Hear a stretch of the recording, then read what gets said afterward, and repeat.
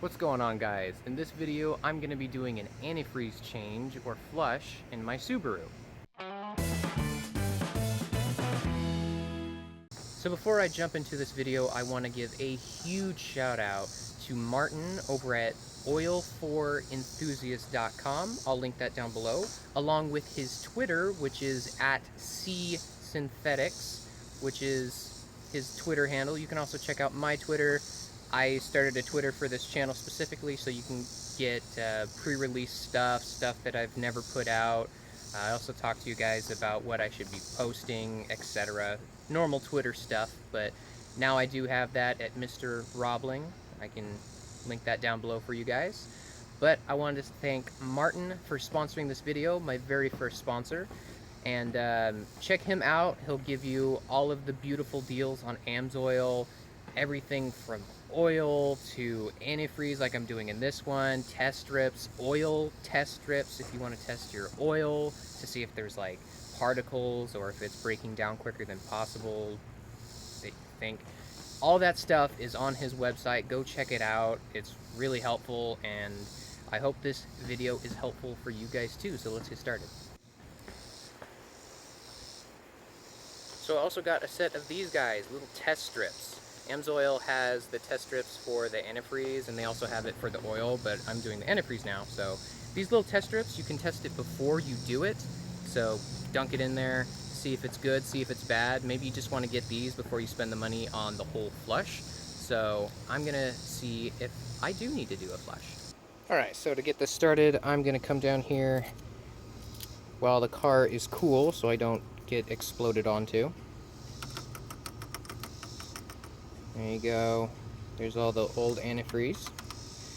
I'm going to set this off to the side, and I'm going to use the test strips to see how good this antifreeze that's currently in my car is. So I got the handy little chart here so you know what the different colors mean. And then it comes with the little test strip. I'm going to open this up. So inside here we have the test strip. I'm going to take this out, and what you're supposed to do is dunk it in for 2 seconds and then take it out, wait 40 seconds for all the colors and chemical reactions to do their thing, and then we compare it to our chart. So I'm going to dunk this in. Alright, that's 2 seconds.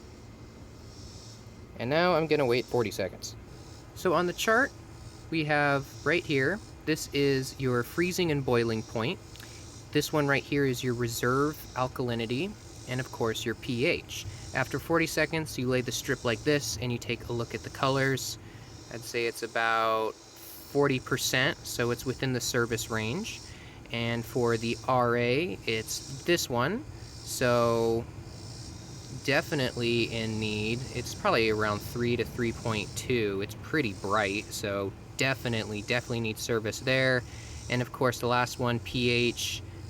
pH is okay, so that's fine and dandy for me, but the other ones say that I need service. So that's what I'm gonna do. I'm gonna do a flush and make these colors be happy. Yeah. Okay, so the first thing we're gonna do for drainage is we're going to pop off our reservoir tank up here. And this is just going to release any sort of pressure. Obviously don't do this while the car is hot. I've had this sitting overnight. So this is going to be taken off. You don't have to worry about this one. And of course, this one you don't have to worry about. These are the three. This is the radiator, the reservoir, and the overfill. So we're going to work with this one. So now that that one is open, then there won't be any weird flow. So now we need to open up the petcock valve, which my phone can pick it up. It's right down there. See that white little wing nut looking thing down there? That is what we're going to be turning. So the problem with the 05 XT here is the whole bottom has a plastic shroud that goes over the whole thing. Yeah, right under there, whole plastic thing. But if you can see right there, what I'm going to try to do is I'm going to open up that little access panel right there, which, see that light coming through? That's the access panel. So if I can open that up and put a hose on the end, again, I know you guys can't see this very well, but there's the valve and then there's a little nozzle that's out, hanging out of it. If I can get a hose hooked up to that, I'm not going to have a big old mess on my hands. Plus, I'm not going to have to take this whole shroud off again. If you do want to take the whole thing off, you can go ahead and watch my video where I replaced the O2 sensor, which is right up here. Check that video out. And yeah, if you want to do that, follow those instructions. Okay, so here I am laying down underneath the car. I'm going to take you guys underneath this access panel, looking up. And if you guys are looking up, you should be able to see the valve. Okay, so I have this in the right place. See that little nozzle that's hanging out? That little bit of white right there, that's where you turn. And this little nozzle that's coming out, you can hook a hose up to that and feed it through this hole so you can fill up something a lot more cleaner than I see a lot of other videos doing. So that's what I'm gonna do. Hook a hose up to there, put something. I have empty oil cans. I also have empty other stuff that I'm going to fill it with. So here it is. It's the hose I used. I don't know off the top of my head exactly how big this is. Half inch maybe, or 3/4 inch. I'm not 100% sure. But it's okay if you have a larger one, because it's not really high pressure when it's coming out. It's just draining by gravity. So I have the hose hooked up to the end of it. I know you guys can't see it. Maybe I'll try to brighten this up a little bit in my post-production. But down there I have it hooked in. Now I'm going to put it through the access hole down there, and I'm going to fill up these old bottles, which are obviously cleaned out. Okay, so when you actually do this, what I just figured out is once you start loosening the valve here, it starts leaking out of the valve. So I guess the hose will work for some of it, but the half of it, I guess, is going to come out of that valve. So prepare yourself for some cleanup, or just put a really big pan down there. And if you want this to drain faster, you can go ahead and unscrew this one to let the air circulate. And once everything is done draining and it's coming to a drip instead of a stream, make sure you tighten everything back up there. And if you took the valve out, go ahead and place it back in. I loosened this one, so I have to make sure I remember to tighten this one back up and pop that one, just so everything had free flow. And once everything is nice and tight except for this one, we're gonna get our distilled water and we're gonna start filling this up until it's full. I got some distilled water from Walmart. It's like 89 cents, and I'm gonna start filling this up wherever my funnel may be. There we go.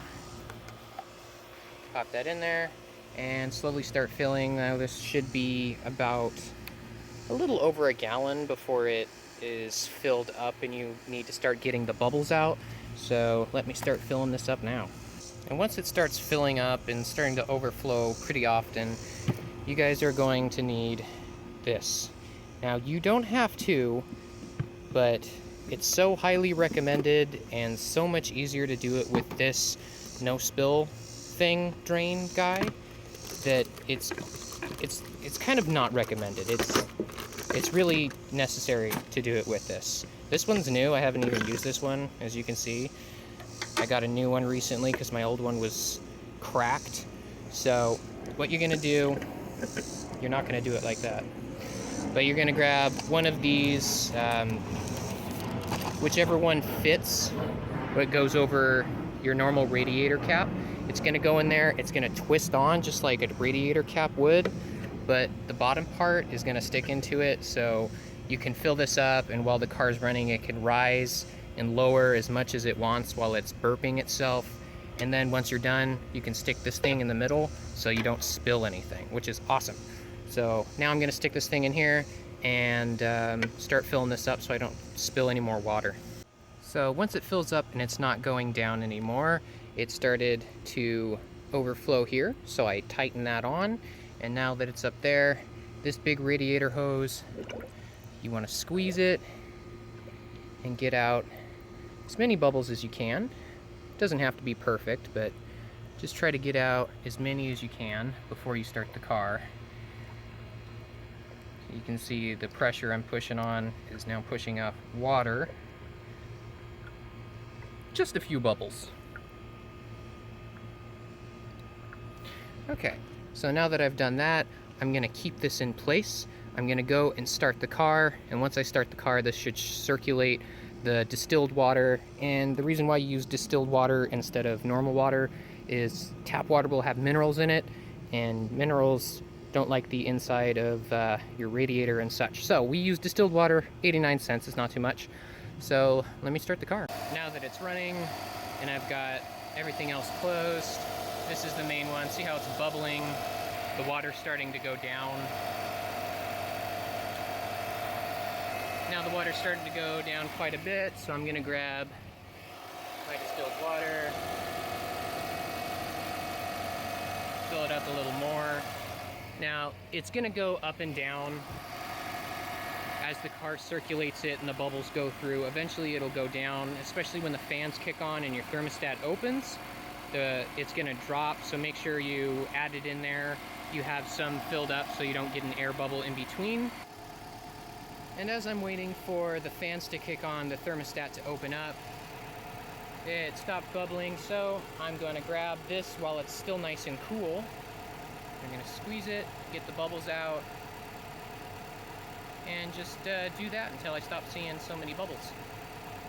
And once you're all done with that, look at all that crap in there. That's not good. So, I'm going to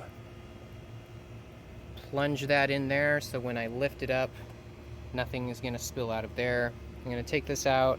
I'm gonna wait a while for everything to cool down, and then I'm gonna do the same thing again, drain it, fill it up again, drain it, and then fill it up with the actual antifreeze. So let me run through this a few times and I will catch up with you guys in just a second. Okay, now everything has been flushed twice. Everything's empty right now. I've got this one open, this one open, this one open. I just finished. So the first thing I'm going to do is put in the AMSOIL coolant boost along with the actual antifreeze. So I'm going to pour this in. This is while I'm doing my flush, so everything's brand new. Alright, now that the boost is in, I made sure my overflow tank was sitting at full with the antifreeze. Now I'm going to be watching this as I fill this up. AMSOIL, because the little overflow up the top should start running. There it goes. So I'm going to slowly watch this and make sure this doesn't overflow. Once this starts getting full down here, I'm going to cap it off, just so, airflow, it makes it easier. Cap that off and then focus on this one. So now it's the same thing as before. I'm going to have the heaters on.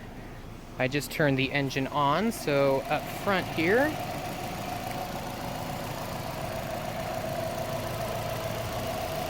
there's the new antifreeze with the boost in there.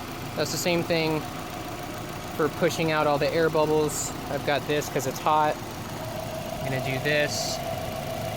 I'm gonna push out the air bubbles from here. Also go inside the car, rev it a few times, get anything pushed through. Also, another point that you can push on the hoses to get air bubbles out is down here. It's right below this. I don't know if I'll be able to get it. There's a hose right down here that runs to the other side of the radiator. And there's, again, another little access panel like the one I used over here. There's an access panel under there, and I have pretty big hands, and I can just squeeze my hand through that panel and squeeze that one. So you can squeeze that hose, you can squeeze this hose. If it's a hot day, you can get your fans to run. I just can't get my fans to run, even revving the engine, and it's just really humid outside. So I'm gonna have my wife go in the car, rev it up. I'm gonna squeeze this hose, I'm gonna squeeze the hose down there. And once all that's done, I'm gonna cap it off. I'm gonna take it for a drive. That should be able to kick the fans on. Wait for it to cool down, and probably come back out here tomorrow morning, recheck the levels for everything, and that should be it. So I hope you guys enjoyed this video, and If you guys want to check out my other video where I compare the regular antifreeze, the OEM that was in here, compared to AMSOIL, check that one out, and have an awesome day.